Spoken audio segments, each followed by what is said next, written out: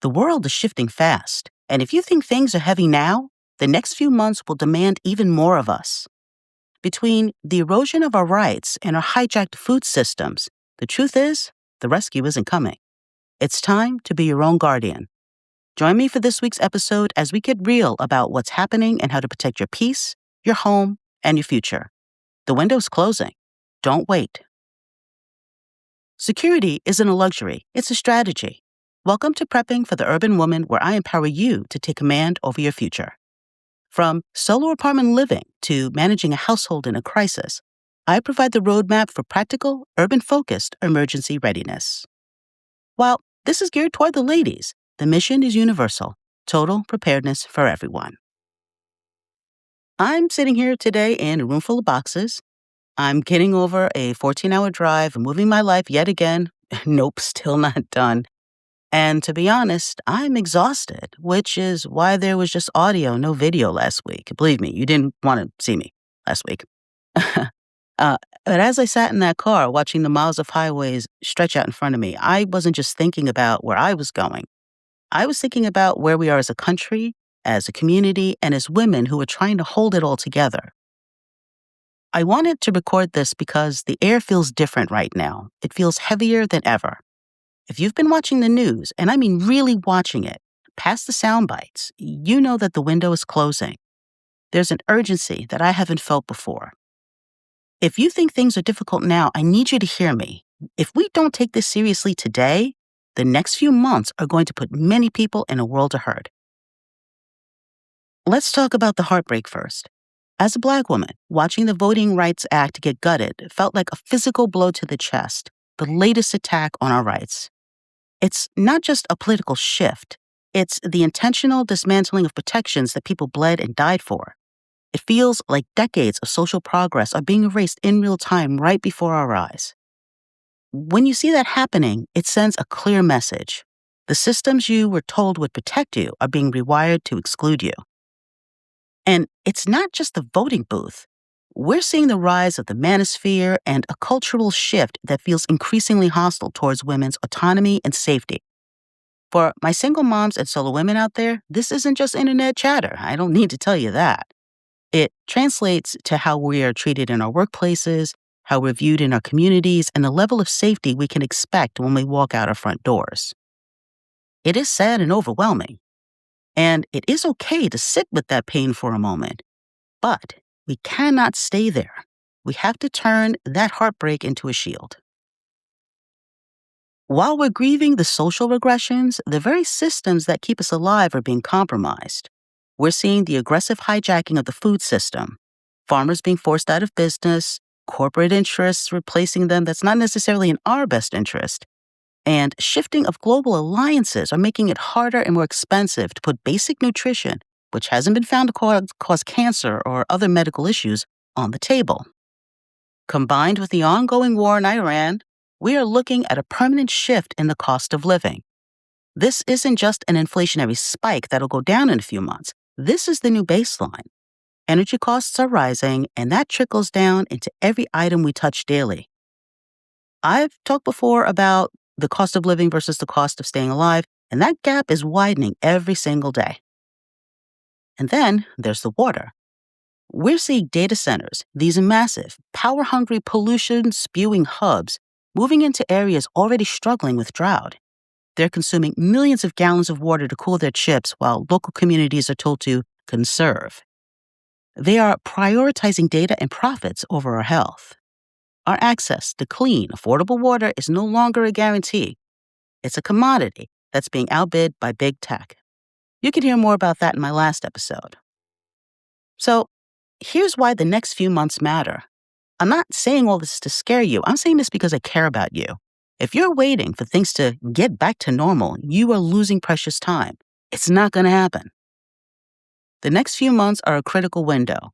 We are approaching a convergence of resource scarcity, political instability, and economic pressure that will break those who are not prepared. Don't let it be you. If you find yourself in a position where you're struggling to pay rent and buy groceries now, imagine what happens when the food supply chain takes another hit or when the power grid is strained by another heat wave and increased data center demand. If you think that's bad now, it will only get worse for those who are standing still. You do not want to find yourself suffering any more than necessary because you thought you had more time. You don't. You don't. Okay? While the onslaught of crap news and the sight of marches and protests that seem to only delay the decay, it's easy to feel powerless. But remember that preparation is a form of resistance. So I want you to shift your focus now. While we can't control the Supreme Court, global conflict, or the staggering corruption we're witnessing, we can control our immediate environment. Preparation isn't about paranoia, it's about self-preservation. For us, especially women of color and single mothers, this approach is saying, you may try to take away my rights and resources, but you will not take away my stability or my dignity. You have to be your own guardian. There is no rescue coming. No government agency or system is going to prioritize your children's hunger or your personal safety over their bottom line or radical ambitions. You are the only one who can guarantee your survival. So, how do we start today? We start by making our daily life a disaster rehearsal, and I have the practical steps every single woman can take right now. Before I get into that, please help out a small creator like me. Don't forget to like, follow, subscribe, and most importantly, share so more people can access this valuable information. Follow me on my Substack for my twice-weekly articles, and let me know your thoughts. Thank you. So, first, if you're going to stay in this country, get your passport now. Get it expedited. And hopefully you can get it before that window closes. I'm sure by now you know that the powers that be are working to make it more difficult for women to vote if their maiden name does not match their birth certificate. Very, very soon, no other ID will protect you if your citizenship is questioned. And not only may you be detained or denied the chance to vote because the ID you currently have isn't good enough, but you may lose access to your bank account if the government succeeds in forcing banks to confirm citizenship to not only open an account, but also to access an existing one. Yes, this is in play right now. I know this is an expense, but this may be the most important thing you do right now. Do not wait any longer. Second, let's talk about mental and emotional fortitude. You cannot prepare if you're in a constant state of panic. You need to build a mindset that accepts reality without being paralyzed by it. This is about mindset. You have to be okay with being the weird one who has extra water under the bed. You have to be okay with saying no to social outings to put that money towards a deep pantry. I was recently asked by a member of my YouTube community how I managed to find courage in the face of so much discouragement and hostility. And the answer is I let my feelings have their moment because bottling up negativity will affect both my mental and physical health. If you don't allow yourself to feel the urgency, injustices, and losses of this current timeline, you won't be compelled to do what you need to do to secure the best future you can for yourself. Third, secure your home. If the social fabric is fraying, your home needs to be your sanctuary. Check your locks, invest in simple door reinforcements, know your neighbors, but know your escape routes better. I've shared practical strategies for everyday safety that you can implement right away without spending a fortune. I'll share links to that content in the description. Fourth is your food and water backup. Don't worry about stockpiling for 10 years. Focus on the next 90 days. Buy 2 of everything you normally eat.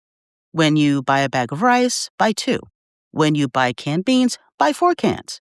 With the system being hijacked and shortages on the horizon due to the war, you need your own private grocery store in your closet. And I cannot emphasize this enough. Grow what you can. I don't care what it is or how small your space is or if you've killed every plant you've ever owned. You have to at least try.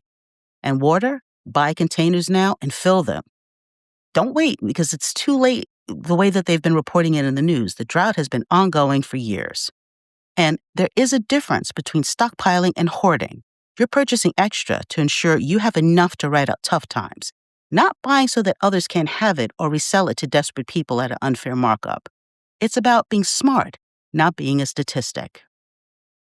For my single ladies, I know you're tired. I know the idea of one more thing on your plate feels impossible. But I'm asking you to do this for your peace of mind.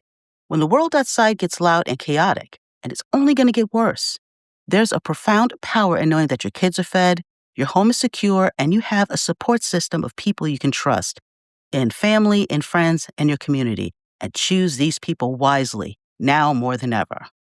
Look, I've been through it. I've had to navigate the world as a twice widowed single woman, and I know that the fear of the unknown is much worse than the work of preparation.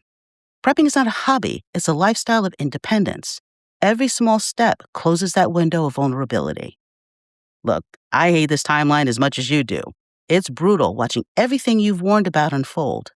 I'm heartbroken by what I see happening to our rights in our society. I'm angry about the data centers depleting our already low water resources and wars taking our wages. But I'm not hopeless. Hope lives in the actions we take today. You have the power to be your own guardian. You have the ability to protect your peace. But you have to start now. The window is closing, and I don't want you to be on the outside when it does. Take one step today, just one. Apply for that passport. Buy the water. Fix the lock. Check your supplies. Start building your network.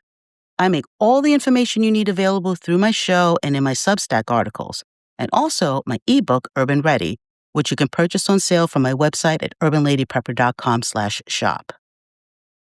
We're in this together, even if we're prepping solo. Stay safe, stay aware, and most importantly, stay prepared. Stay strong and stay hopeful. Thanks for listening. Until next time, this is the Urban Lady Prepper signing off.